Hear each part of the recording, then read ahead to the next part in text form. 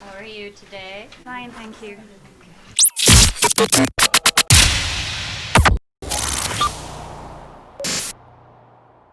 It's such a sophisticated group of fans. You know, they're very sweet. They don't like the paparazzi. Like, they want time with me, and I think that's really beautiful. Every time I'm here, I feel so welcomed. I feel loved, and I actually now know a few fans from France. So when I come back, I see people that I met, and it's pretty wonderful to be all over the world and knowing that your music resonates with people. It's kind of crazy.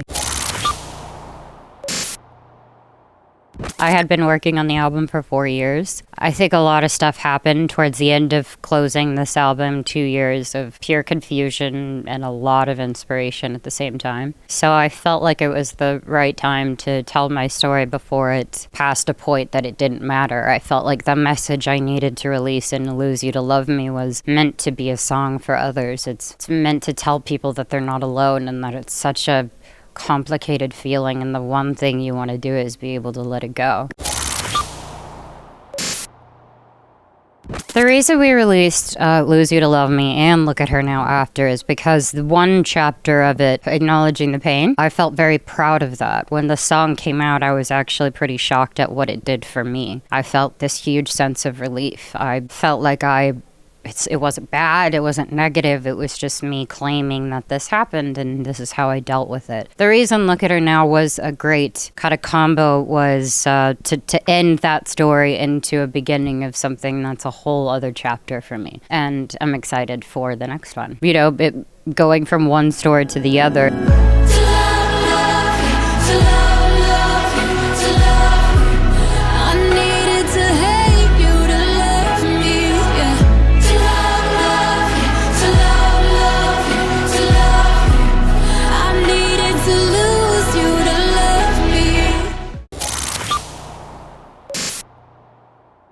Obviously, I'm a pop artist, so a lot of my music has elements of fun and spontaneity and sexy. So there's all of those kind of songs, and then there's more soulful. You know, I think in this record I did a little bit of the R&B, but just kind of more soul. It's a bit all over the place, so we'll see.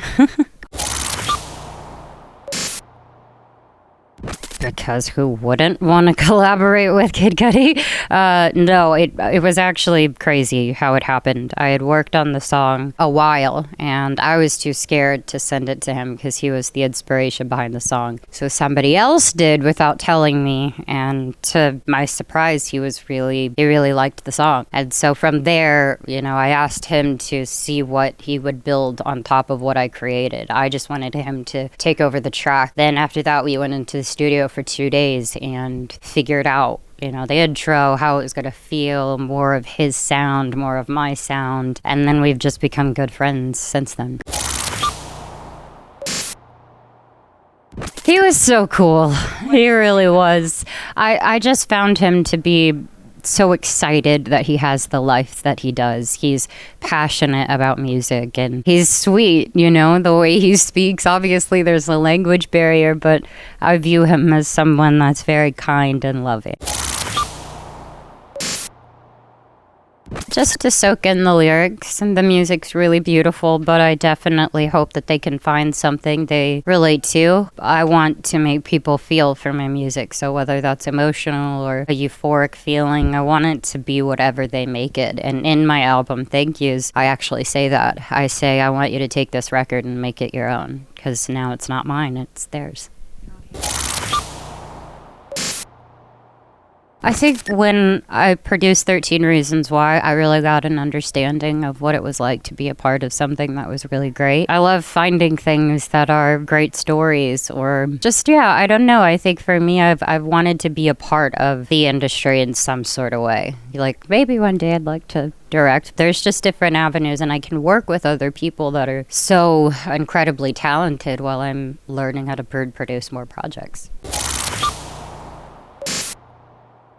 I actually met with the director before we were even at Netflix, and he pitched the idea of living undocumented. That ended up becoming a passion project. So after we, were able to find all the producers that were going to be on board, we then went to Netflix, and so graciously they gave us the platform to use. It was one of the proudest moments of my life releasing it. It didn't necessarily become a negative thing. It just turned something so harsh and heartless into humanity. It showed people behind that's really struggling with this that they definitely don't deserve.